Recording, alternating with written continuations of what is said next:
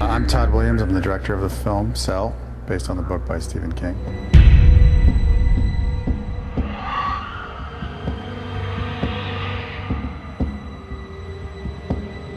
To me, a phoner is, I think what King sees is that we all are becoming sort of digitized, the way that we used to digitize LPs and we digitize film celluloid. And the zombie genre, all the rules are set at the beginning of the movie. It's a bunker mentality, and those other people, they'll never stop coming, and it's sort of an existential conceit that you know exactly what's going to happen. But this one, they're pulsed, and the pulsed crazies start attacking each other, and they're just murderous, and they're like rabid. There's a development that's happening here that you don't see happening in zombie films.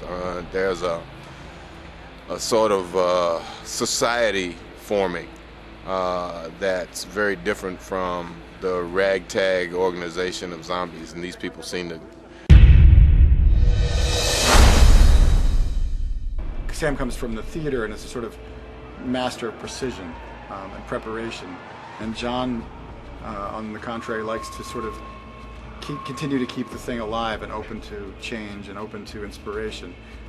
And together they have to find a rhythm that works for the both of them in any given scene. And sort of watching the two guys and their processes collide, I think we got to something really spectacular. Set and action!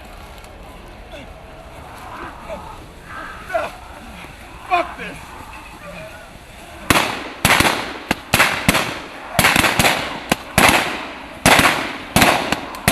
Let's go! My character, a graphic artist, who's very analog. He draws with his hands, and he draws like graphic comic books called The Night Traveler. And he's flying back from New York, where he's just sold a graphic novel, and then there's a pulse that happens where everybody who's connected to the internet or on their cell phones get reduced to their most primal instincts. Tom was a subway train driver who happened to be below ground when the pulse hit, so he didn't have a signal, he wasn't on his phone, so now he's a survivor.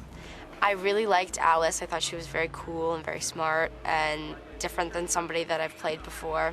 I've wanted to work with John for a long time. He's superbly talented, and Sam L. Jackson is, I mean, he's awesome. It was just a really great team. And the makeup process itself is roughly about 3.5 hours with the wig. He has 8 or 10 prosthetics if you count the ears. For the facial hair for Raggedy, that process is, I'm using electrostatic flocking gun, similarly how they would flock a black velvet painting. Essentially, there's a low-level static charge, and I put a wet glue onto his face, and then I basically use the flocking gun and tap it, and then I use chopped up human hair, and what it does... We ended up going to a cover set so we could work indoors, control our lighting, day and night, doesn't matter what time we shoot. We have full control over the lighting and the weather. The stunts on this show are a wide variety. A lot of it is a lot of physical action. What I think the audience can expect on this show is just a roller coaster ride from start to finish. I mean, we start off big, we start off at the airport, total chaos. We go down into the tunnels of Marta, chasing them the whole time. We come up out of a manhole cover fight scene. Phoners are tackling people on motorcycles. And then we come to Cashwag. What makes you think they're still there? I mean, no matter what or how it went down, don't you think they might have bailed? They're safe. They would have left a message.